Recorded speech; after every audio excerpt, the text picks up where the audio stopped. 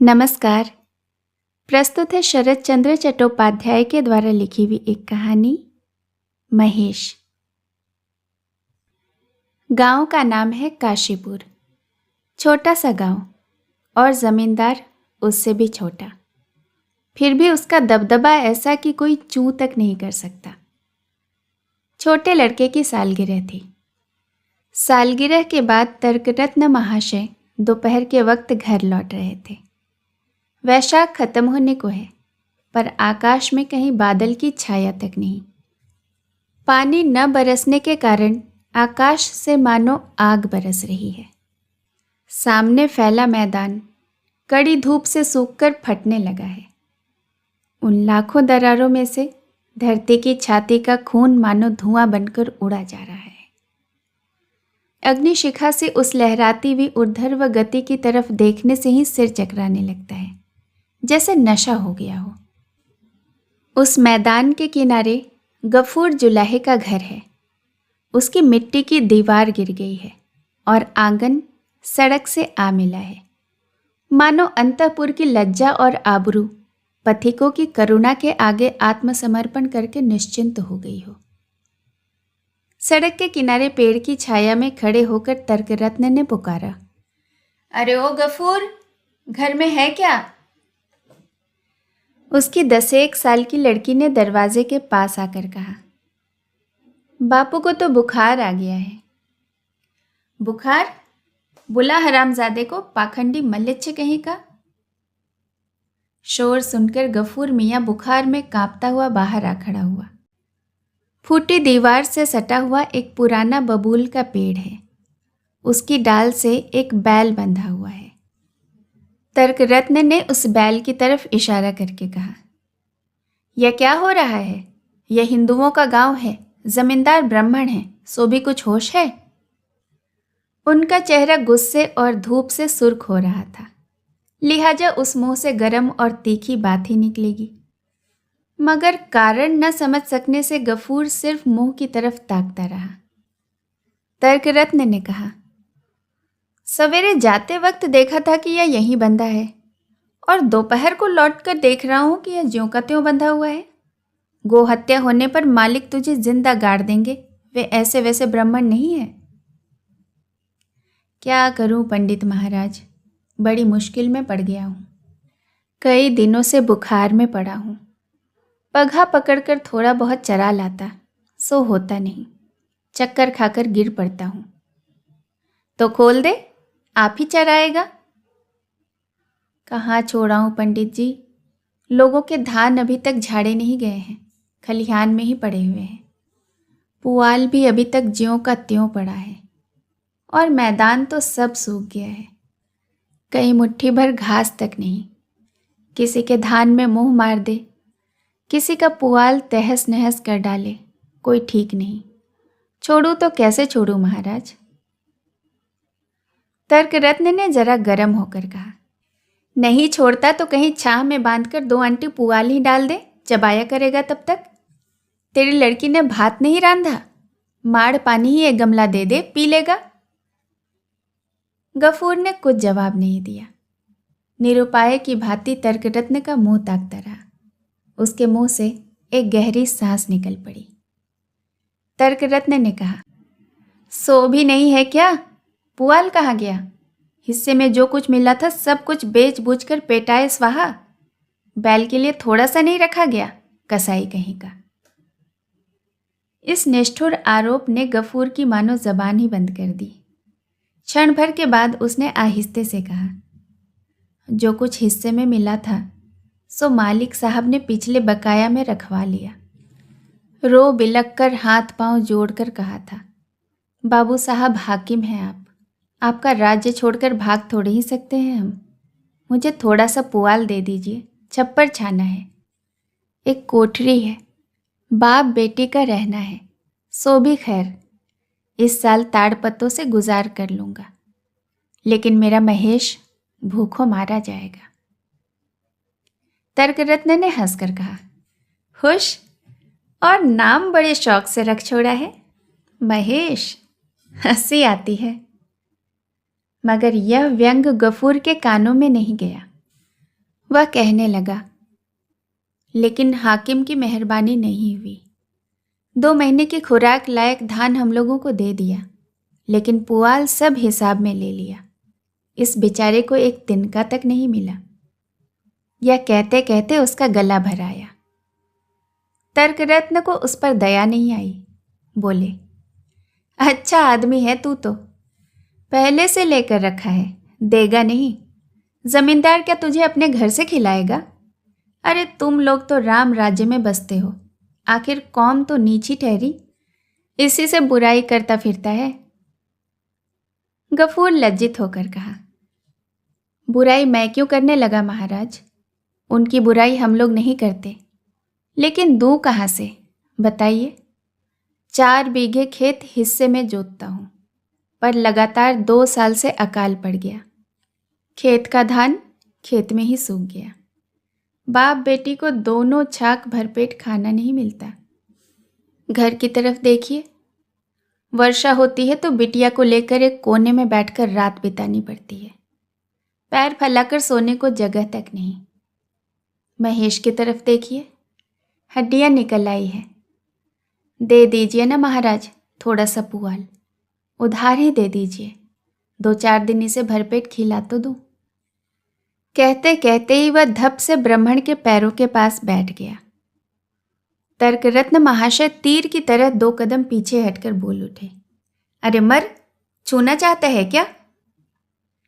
नहीं महाराज, छूऊंगा क्यों, छूऊंगा नहीं। इस साल दे दीजिए महाराज, थोड़ा सा पुआल दे दीजिए। आपके यहाँ 4 टाले लगी हुई हैं, उस दिन मैं देख कर आया हूँ। थोड़ा सा देने से आपको कुछ मालूम भी न होगा। बड़ा सीधा साधा जीव है, मुंह से कुछ नहीं कह सकता, सिर्फ टुकुर टुकुर देखता रहता है और आंखों से आंसू गिराता रहता है। तर्करत्न ने कहा, उधार तो ले लेगा, पर अदा कैसे करेगा, सो तो बता। गफूर ने आशा भरे स्वर में कहा, जैसे बनेगा मैं चुका दूंगा महाराज जी, आपको धोखा न दूंगा। तर्करत्न महाशय ने मुंह से एक प्रकार का शब्द करके गफूर के व्याकुल स्वर की नकल करते हुए कहा, धोखा नहीं दूंगा, जैसे बनेगा चुका दूंगा। रसिक नागर बन रहा है, चल हट, रास्ता छोड़ दे, घर जाना है, बहुत उबेर हो गई है। इतना कहकर मुस्कुराते हुए कदम बढ़ाया ही था कि अचानक डर से पीछे हटते हुए गुस्से में आकर कहने लगे, अरे मरा सिंह हिलाकर मारने आ रहा है, सिंह मारेगा? गफूर उठकर खड़ा हो गया। पंडित जी के हाथ में फल मूल और भीगे चावलों की पोटली थी।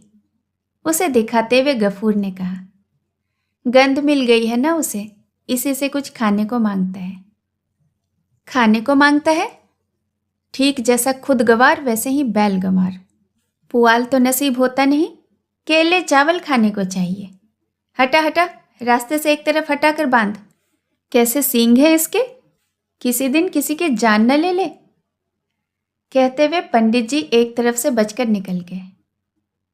गफूर कुछ देर तक महेश की ओर एक टक देखता रहा। उसकी गंभीर काली आंखें वेदना और भूख से भरी हुई थी।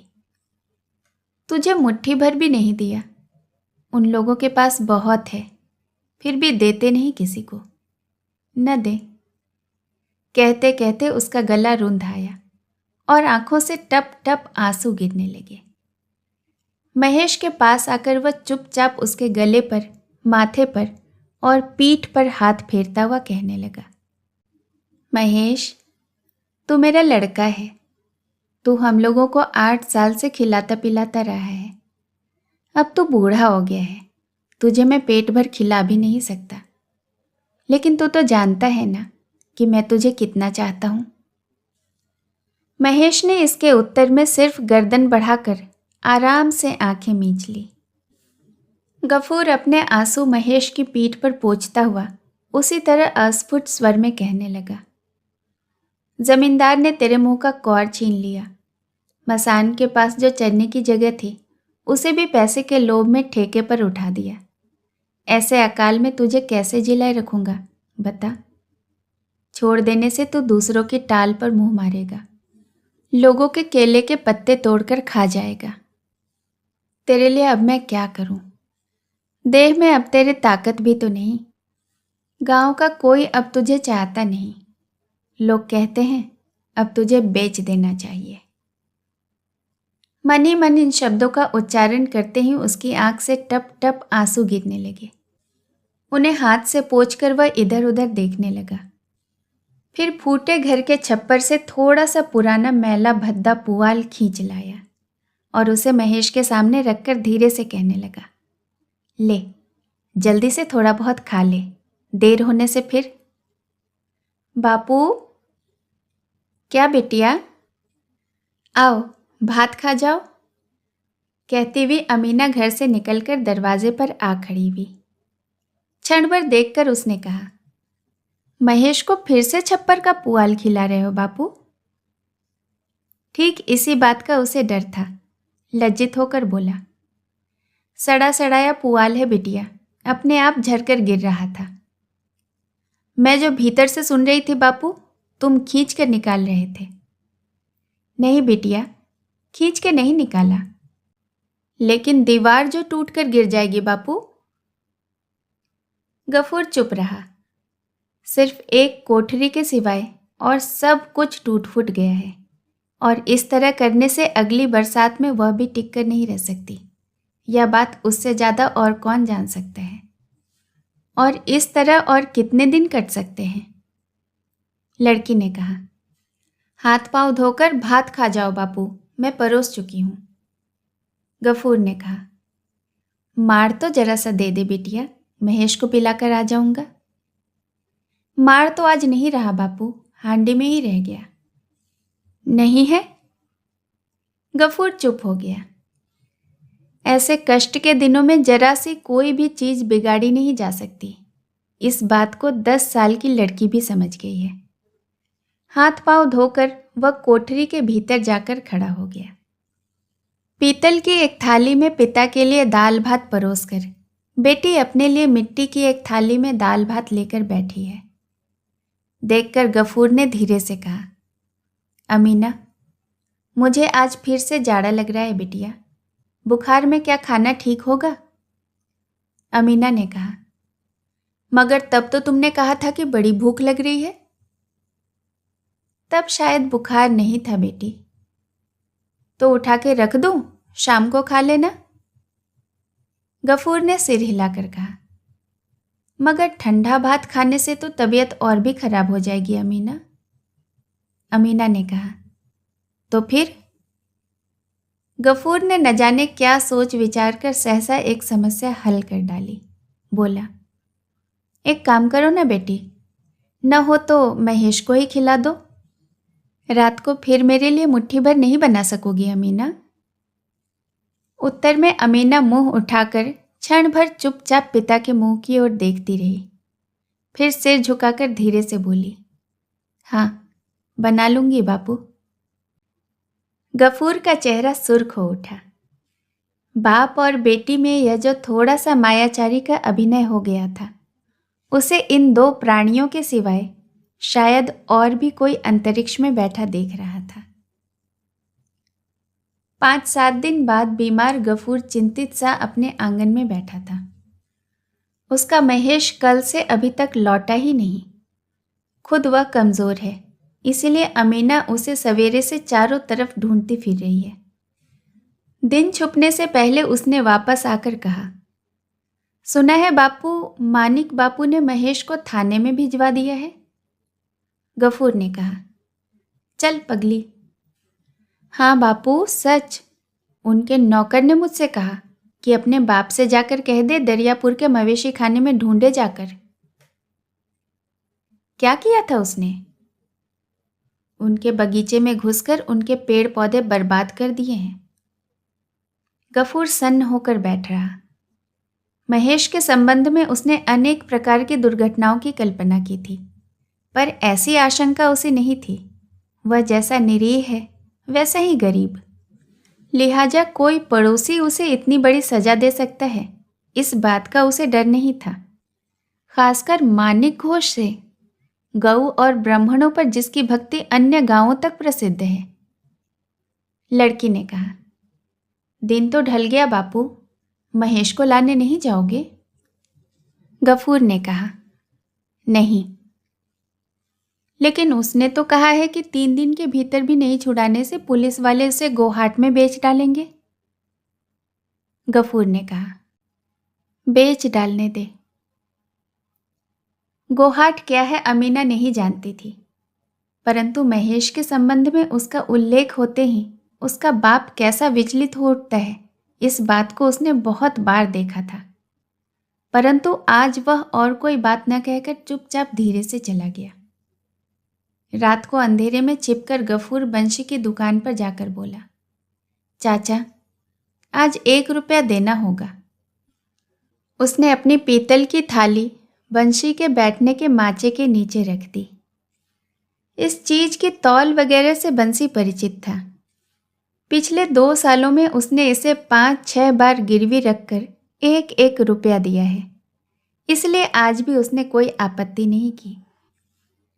दूसरे दिन फिर महेश अपने स्थान पर बंधा दिखाई दिया। वही बबूल का पेड़, वही रस्सी, वही खूंटी, वही चारे से खाली नाद, वही भूखी काली आंखों की सजल उत्सुक दृष्टि। एक बूढ़ा सा मुसलमान उसे तेज नजर से देख रहा था। पास ही एक कोने में दोनों घुटने मिलाए गफूर चुपचाप बैठा था।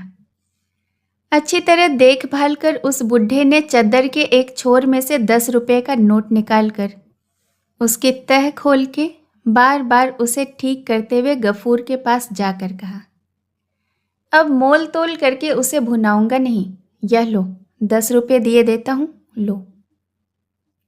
गफूर ने हाथ बढ़ाकर नोट ले लिया और उसी तरह चुपचाप बैठा रहा। पर जो आदमी बुढ़े के साथ आए थे, उनके पगहा पर हाथ डालते ही गफूर अचानक उठ खड़ा हो गया और तेज स्वर में बोला, पगहा को हाथ मत लगाना, कह देता हूं, खबरदार, अच्छा न होगा। वे चौंक पड़े। बुढ़े ने आश्चर्य से कहा, क्यों?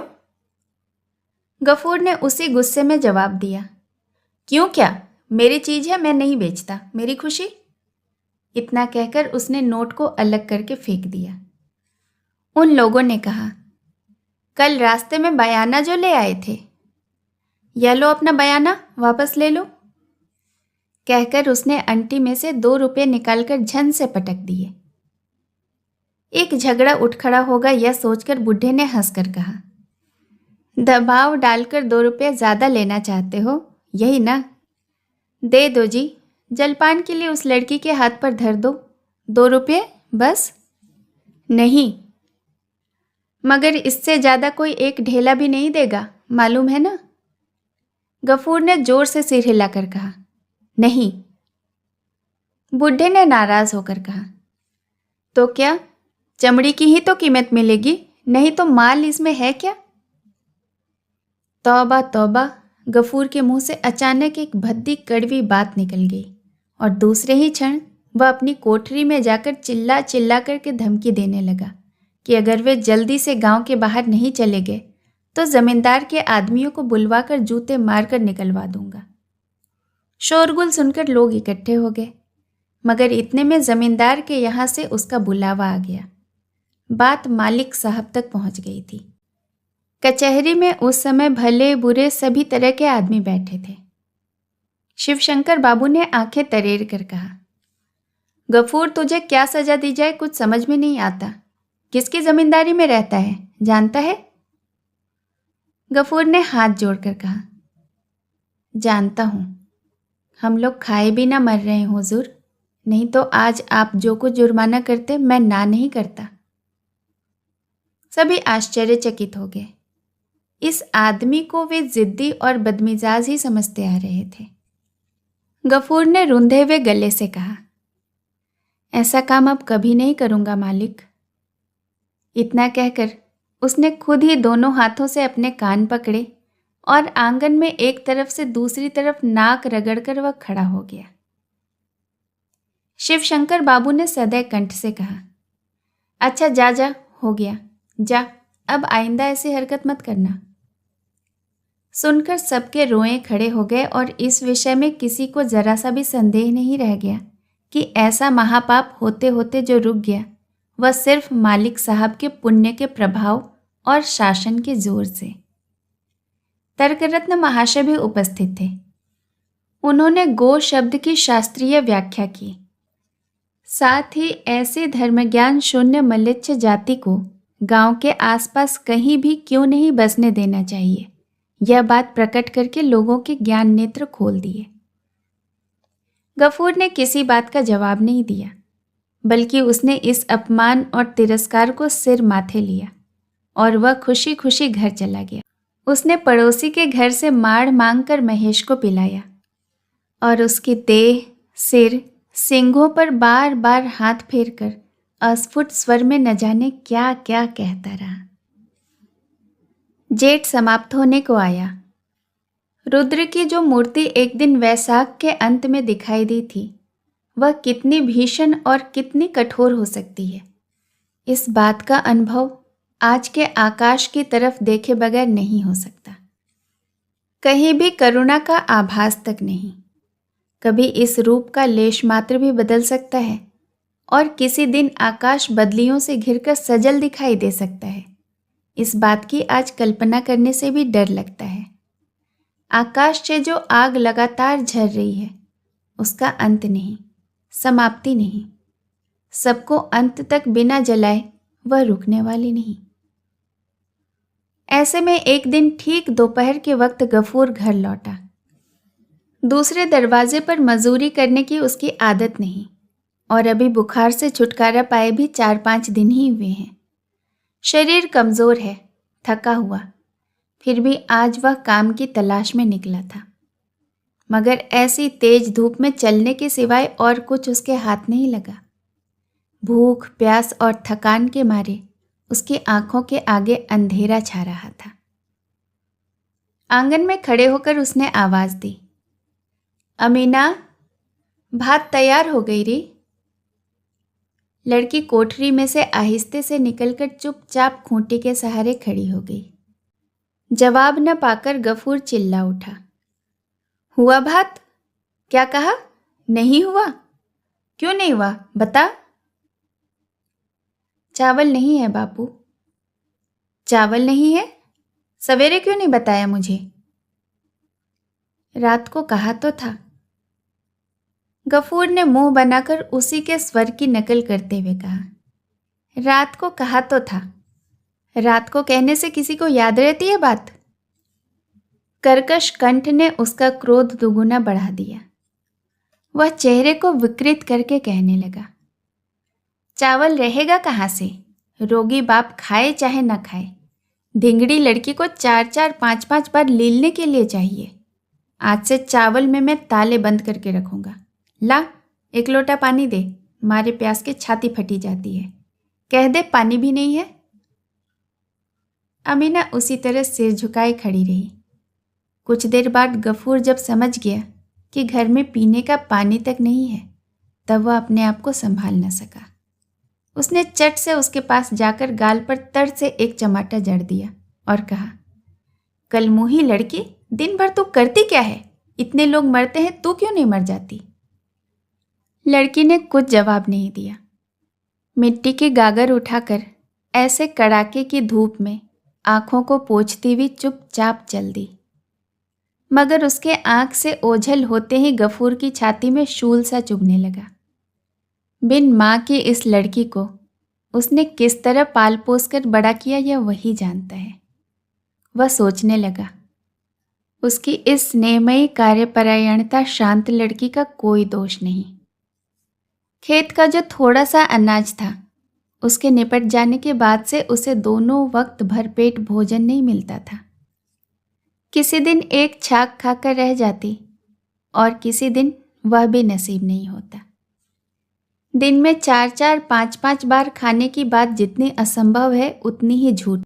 और घर में पानी न रहने का कारण भी उससे छिपा न था। गांव में जो 2-3 तालाब हैं, वे बिल्कुल सूख गए हैं। शिवचरण बाबू के पिछवाड़े की पोखर में जो थोड़ा बहुत पानी है, वह सबको नहीं मिलता। अन्य तालाबों में एकाध जगह गड्ढा खोदकर जो कुछ पानी इकट्ठा होता है, उसके लिए छीना झपटी मच जाती है। वहाँ भीड़ भी बहुत रहती है। मुसलमान होने से वह उसके पास भी नहीं जा सकती।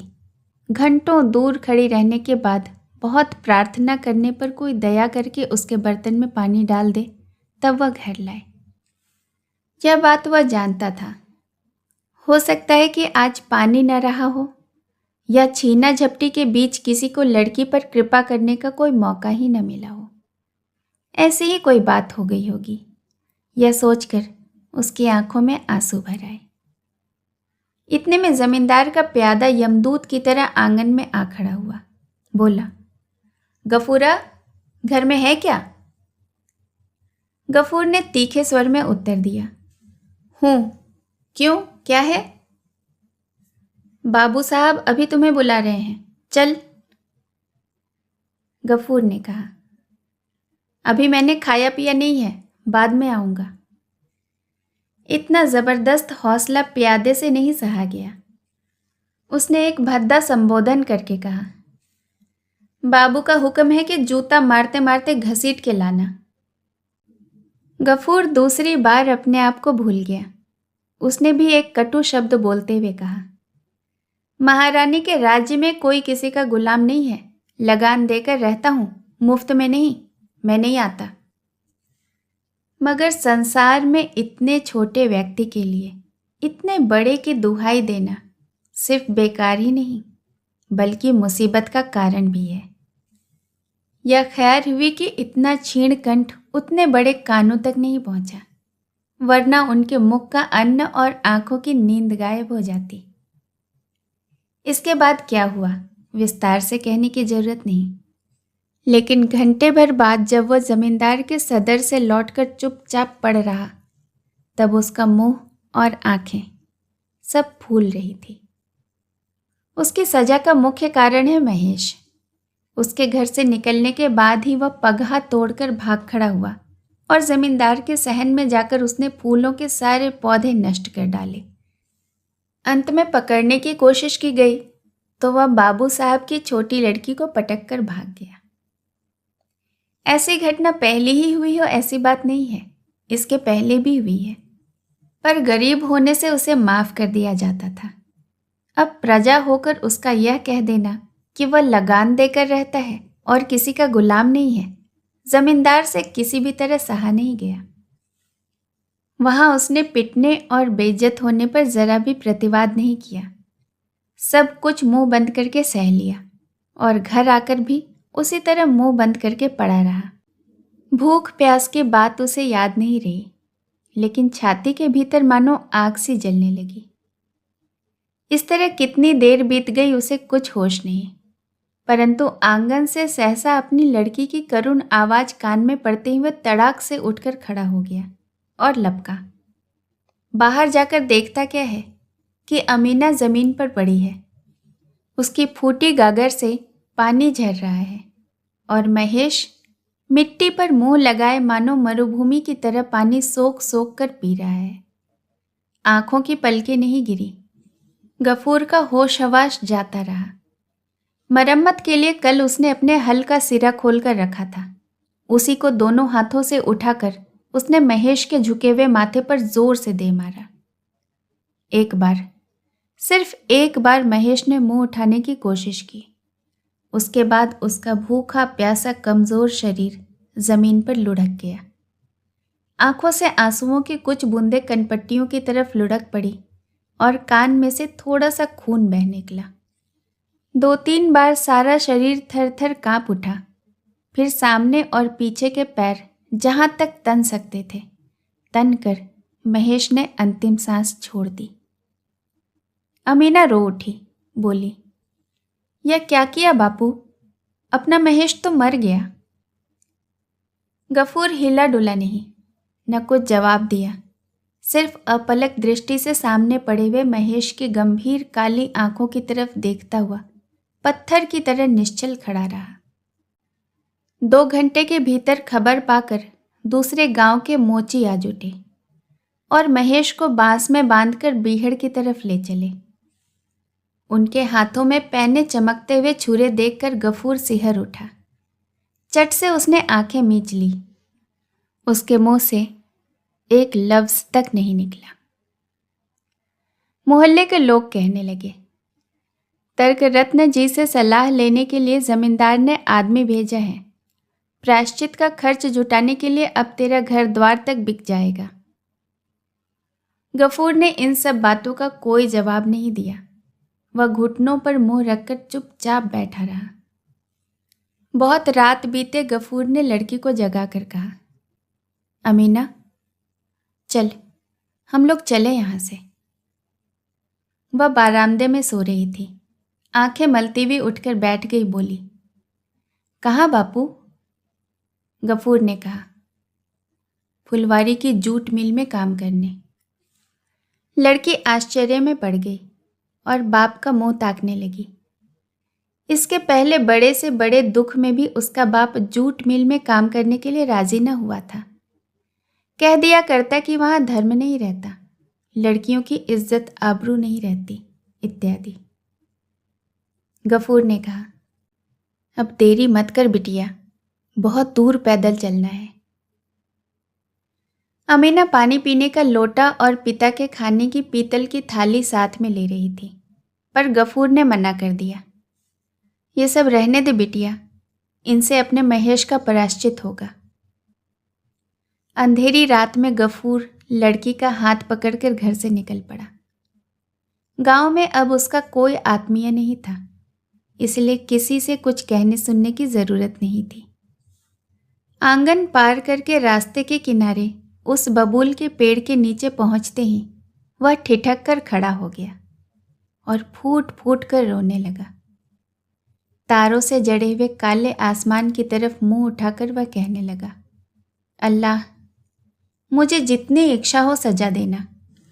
मेरा महेश प्यासा मर गया, उसके चरने खाने तक को किसी ने ज़मीन नहीं दी।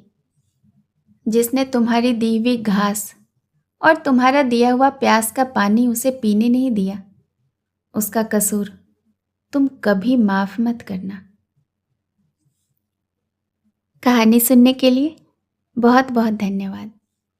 कहानी अच्छी लगी हो तो इसे एक लाइक, शेयर और चैनल को सब्सक्राइब ज़रूर करें। नई कहानियों का नोटिफिकेशन पाने के लिए बेल आइकन प्रेस करें। धन्यवाद।